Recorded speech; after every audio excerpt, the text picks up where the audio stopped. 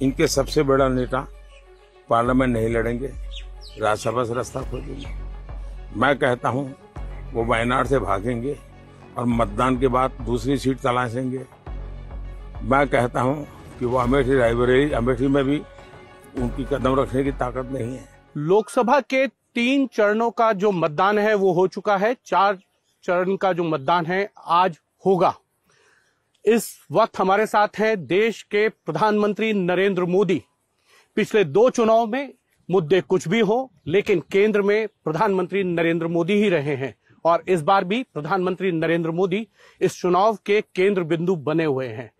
Sir, 3 चरणों के चुनाव हो चुके हैं, चौथे चरण के लिए आज मतदान है। उत्तर प्रदेश और बिहार में जो आपको समर्थन मिल रहा है, इसको आप भविष्य में एनडीए के लिए कैसा देखते हैं? पहले तो मैं करेक्ट करना चाहूंगा कि इस चुनाव के केंद्र बिंदु में न प्रधानमंत्री है न नरेंद्र मोदी है। इस चुनाव के केंद्र बिंदु में 140 करोड़ देशवासी है और 140 करोड़ देशवासी ही केंद्र बिंदु में होने चाहिए। यही तो लोकतंत्र का सबसे बड़ा तकाजा है। और उसको मैं थोड़ा विस्तार से कहूंगा तो मैं ये कहूंगा कि ये एक प्रकार से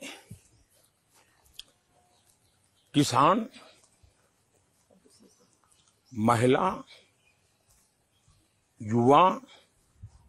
युवा में भी फर्स्ट टाइम वोटर, ये सब बहुत बड़ा प्रभाव पैदा कर रहे हैं। मैं देख रहा हूं इस चुनाव में ये सारे लोग बहुत ही प्रोएक्टिव है और वे प्रोएक्टिव होने के नाते काफी अच्छी तरह इसमें मतदान भी कर रहे हैं, सकारात्मक मतदान कर रहे हैं, निर्णायक मतदान कर रहे हैं।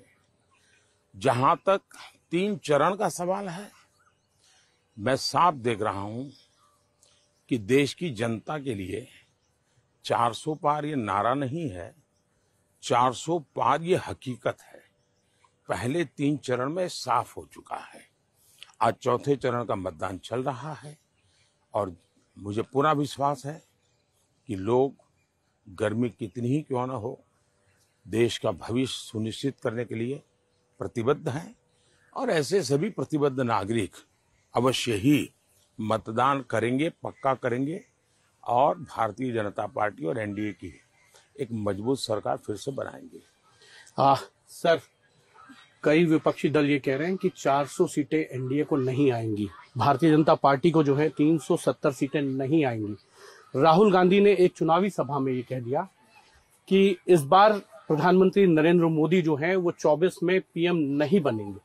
इसको किस प्रकार देखते हैं? 2 चीजों को 2 हिस्से करते हैं।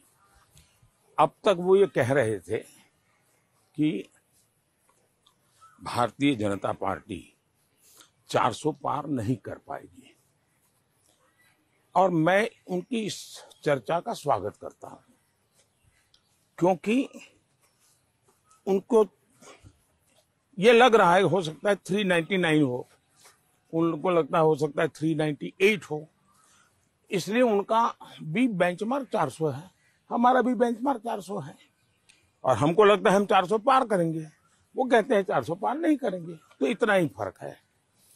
जहां तक प्रधानमंत्री बनेंगे कि नहीं बनेंगे, आप देख लीजिए 2013-14 के उनके भाषण सुन लीजिए, 2019 के उनके भाषण सुन लीजिए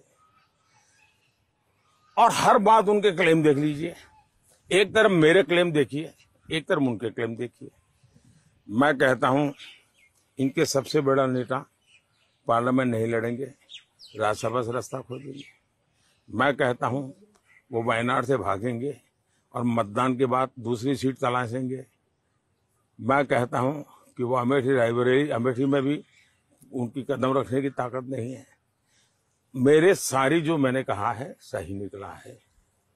उन्होंने कहा था अगर मैं बोलूंगा तो भूकंप आ जाएगा, पार्लियामेंट में तो कभी भूकंप आया नहीं। तो वो हमेशा ये बोलते रहते और उनके मन में इच्छा है कि चाय वाले का बेटा ये प्रधानमंत्री बन कैसे सकता है। और वो भी अब उनके दिमाग में अभी भरा पड़ा है कि इस देश में अगर ये इंसान तीसरी बार प्राइम मिनिस्टर बन गया फिर तो इंदिरा जी का भी नाम नहीं रहेगा, ये नेहरू जी की बराबरी का हो जाएगा, क्योंकि नेहरू जी अकेले थे। तो उनको ये हर चीज में वो अपने परिवार को देखते हैं, डर दिखता है कि उनके परिवार से आगे कुछ नहीं होना चाहिए। इस देश में अब ऐसी कोई घटना नहीं होनी चाहिए जिसके कारण उनके परिवार का एक भी व्यक्ति नीचा दिखे। वो रफेल भी इसलिए उठा रहे थे क्योंकि वो बोफोर्स को धोना चाहते थे। उनको रफेल में इंटरेस्ट नहीं था, वो बोफोर्स को धोना चाहते थे, पाप को धोना चाहते थे। और इसलिए उनके सारे नैरेटिव में बैक ऑफ द माइंड उनके परिवार की हिस्ट्री पड़ी हुई है और वो उसी पे ओवर कॉन्शियस है। उनके दिमाग में न देश है न समाज है। सर, सर्जिकल स्ट्राइक को लेकर कांग्रेस के बहुत से नेता सवाल उठा रहे हैं और इसको लेकर बयानबाजी भी कर रहे हैं। क्या आपको लगता है कि अभी भी सर्जिकल स्ट्राइक एक बड़ा मुद्दा है? पहले सर्जिकल स्ट्राइक की चर्चा तो बहुत हो चुकी है। कांग्रेस के माइंड को समझिए। कांग्रेस का माइंड क्या है? वे इस देश के सेना अध्यक्ष को गली का गुंडा कहें,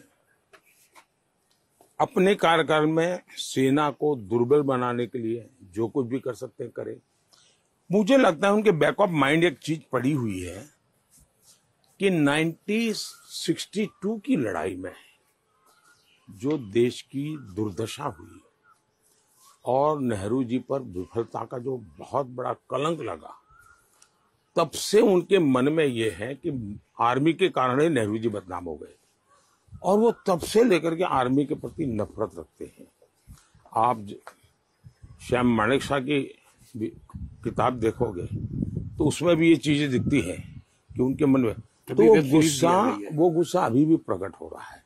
तो उनके मन में 62 का जो चाइना के साथ लड़ाई में नेहरू की जो विफलता रही उसके बोझ की तरह ये परिवार दबा हुआ है और इसलिए वो लगातार आर्मी को गाली देने के रास्ते खोजता रहता है। सर, आप प्राण प्रतिष्ठा के कार्यक्रम में गए, राम मंदिर में गए, 2 बार हो आए। विपक्ष राम मंदिर को लेकर अभी भी सवाल उठा रहे हैं सर। क्या अभी भी ऐसा है? अभी उनके एक सलाहकार जो 30 साल तक उनके मुख्य सलाहकार रहे इस परिवार के, उनका बयान आया है। उन्होंने कहा है कि इनका तो विचार जिस दिन जजमेंट आया था उसी दिन तय था कि जैसे शाहबानू के जजमेंट को उन्होंने उलट दिया वैसे ही राम मंदिर के जजमेंट को उलट दिया जाएगा और रामलला को फिर से टेंट में भेज करके ही रहेंगे। मोदी समझता क्या है अपने मन में, ये भाव पड़ा है और इसलिए वो रामलला को टेंट में भेजने का मन बना के बैठे हुए हैं और इसलिए वो किसी भी हद तक जा सकते हैं और उनके वोट बैंक की राजनीति के लिए शायद ये बहुत जरूरी लगता है उनको। सर, क्या अभी भी ये राजनीतिक मुद्दा है? वो बनाना चाहते हैं इसको?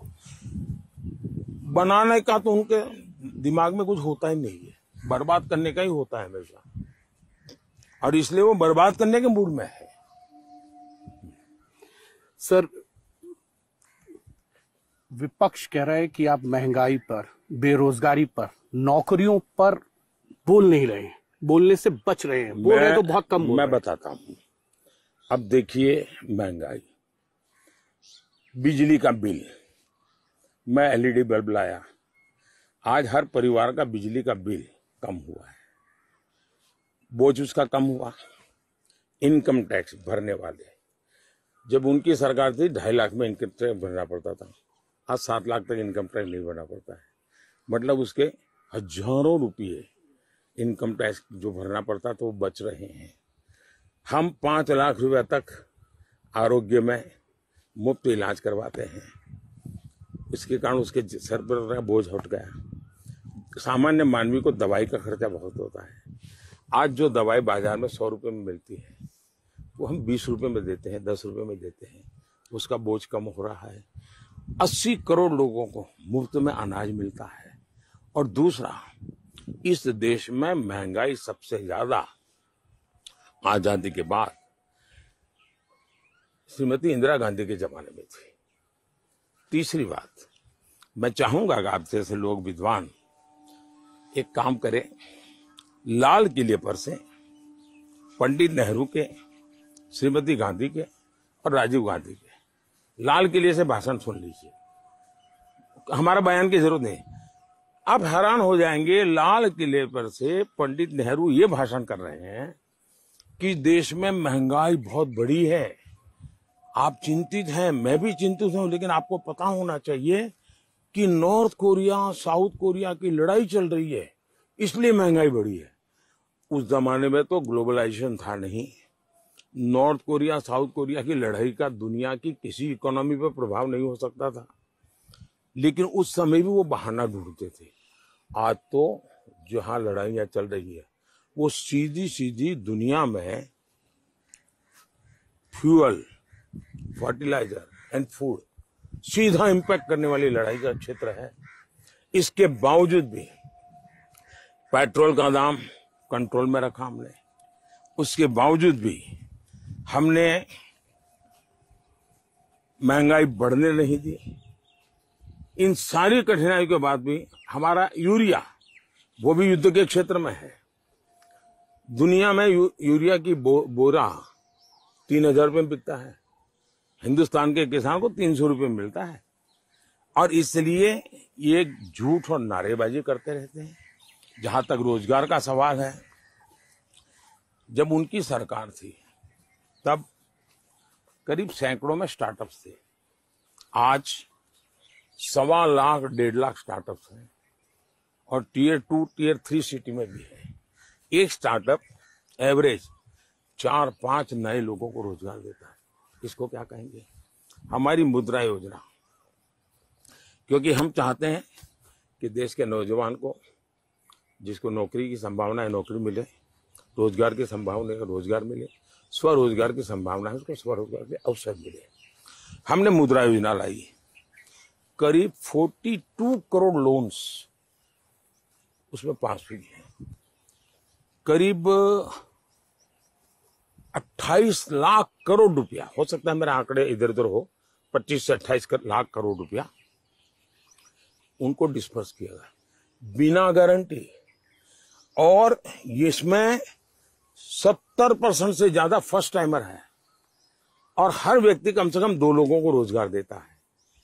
दूसरा, सरकार ने लाखों लोगों को रोजगार दिया है, लाखों लोगों को रोजगार दिया है।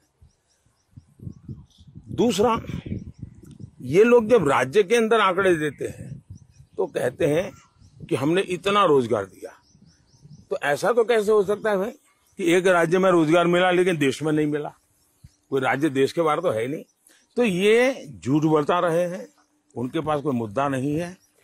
लेकिन इसके बावजूद भी मैं कहता हूं कि देश में लगातार हमने रोजगार के लिए, स्वरोजगार के लिए लगातार हम प्रयास कर रहे हैं, अच्छे प्रयास कर रहे हैं। लेकिन वो पुराने जमाने वाली चीजों से अब चीजें बाहर आए। जैसे स्पोर्ट्स एक ऐसा क्षेत्र खुल रहा है। महिलाएं, जैसे हम 1 करोड़ लखपति दीदी बनाया, अब हम 3 करोड़ लखपति दीदी बनाने जा रहे हैं। तो बिना काम तो होता नहीं है। रोड्स, हाईवेज पहले से डबल बन रहे हैं तो कोई तो काम करता होगा। रेलवे पहले से डबल बन रही है, कोई तो काम करता होगा। 4 करोड़ घर बने, किसी ने तो काम किया होगा, किसी के तो जेब में पैसा आया होगा। और इसलिए ये इतना झूठ नैरेटिव चला रहे हैं। और दुर्भाग्य है कि जो बोलते हैं उनको कोई सवाल नहीं पूछता है। उनको पूछो भाई आप बेरोजगार हो गए पॉलिटिकली, इसलिए सारी दुनिया को बेरोजगार क्यों कहते हो तुम? सर, एक सवाल अंतिम है। ये कह रहे हैं विपक्ष की 400 सीटें आ जाएंगी तो आप संविधान बदल देंगे, और दूसरी तरफ लालू यादव कह रहे हैं कि मुसलमानों को जो है वो पूरा आरक्षण मिलना चाहिए। इसको किस तरीके से आप देखते हैं? देखिए, पहली बात यह है कि 19 से 24 हमारे पास 400 सीट थी, 360 के करीब हम जीत करके आए थे, और एनडीए प्लस कहे तो हमारे पास 400 हमेशा रही है। तो सीट आने से संविधान बदल जाते हैं, ये तर्क गलत है। संविधान के साथ धोखा इस परिवार ने किया है। संविधान बनने के बाद सबसे पहले संविधान बदला पंडित नेहरू ने। उन्होंने क्या किया? सबसे पहले पंडित नेहरू ने संविधान संशोधन किया, और क्या किया? फ्रीडम ऑफ स्पीच को रिस्ट्रिक्ट किया। फिर इनकी बेटी आई इंदिरा जी ने क्या किया? आपातकाल लगा दिया। कोर्ट के जजमेंट को उन्होंने नकार दिया। उनका चुनाव रद्द हो चुका था। संविधान के साथ धोखा उन्होंने किया। फिर उनके बेटे आए राजीव गांधी जी, उन्होंने क्या किया? उन्होंने आकर के भारत के मीडिया को कंट्रोल करने के लिए एक बिल लाए। देश के मीडिया ने और देश के विपक्ष ने बहुत बड़ा होल्ला किया तो बच गए, लेकिन तब वो संविधान की भावना के खिलाफ करने गए। उनके बेटे शहजादे, उन्होंने क्या किया? संविधान की कोख से जन्मी हुई सरकार होती है, और सरकार की कैबिनेट वो संविधान के अधिष्ठान पर होती है। कैबिनेट ऐसी हवा में नहीं होती। वो कैबिनेट जो निर्णय करे वो संविधान से सुसंगत होता है। उस कैबिनेट के निर्णय किया डॉक्टर मनमोहन सिंह जी के ने। इन्होंने प्रेस कॉन्फ्रेंस बुला करके उस कैबिनेट में जो निर्णय किया गया था उसके लीरे उड़ा दिए। मतलब वो एक कागज नहीं फाड़ रहे थे, भारत के संविधान के टुकड़े कर रहे थे। वो बाबा साहब आम्बेडकर की पीठ में छुरा भोंक रहे थे। वो भारत के संविधान निर्माताओं की भावनाओं को चूर चूर कर रहे थे। परिवार की सभी पीढ़ियों के सभी मुखियाओं ने संविधान के साथ ये बदतमीजी की है। उनको संविधान शब्द बोलना भी उनके मुंह में पाप लगता है। जहां तक भारतीय जनता पार्टी का सवाल है, हमारा कमिटमेंट है, हम SC, ST, OBC धर्म के आधार पर आरक्षण नहीं देंगे, नहीं होने देंगे। भारत के संविधान ने SC, ST, OBC को आरक्षण दिया हुआ है। संविधान की मूल भावना के खिलाफ हम होने नहीं देंगे। दूसरा, संविधान सभा की भावना थी कि वो किसी भी हालत में वे धर्म के आधार पर देश में आरक्षण स्वीकार नहीं करेंगे। बाबा साहब आम्बेडकर का मत था कि संविधान में धर्म के आधार पर आरक्षण नहीं हम रख सकते हैं। तो जो बाबा साहब आम्बेडकर ने कहा, जो संविधान सभा ने कहा, जिसके प्रति हमारी श्रद्धा है, हम उसको बरकरार रखने के लिए मेहनत कर रहे हैं। लेकिन जैसे वो पिक पॉकेटर होता है ना, वो किसी का जेब काटता है, फिर चिल्लाता है, अरे वो चोर चोर चोर, और कोई दूसरा भागता है और ये माल लेकर के फिर धीरे से निकल जाता है। तो ये लोग चिल्ला इसलिए रहे हैं कि उनके इरादा है कि धर्म के आधार पर आरक्षण करने का, और इसलिए वो चिल्ला रहे हैं जी, और हम ये होने नहीं देंगे। चलिए, बहुत अच्छा लगा मुझे, बहुत बहुत धन्यवाद सर, बहुत बहुत धन्यवाद सर। भैया।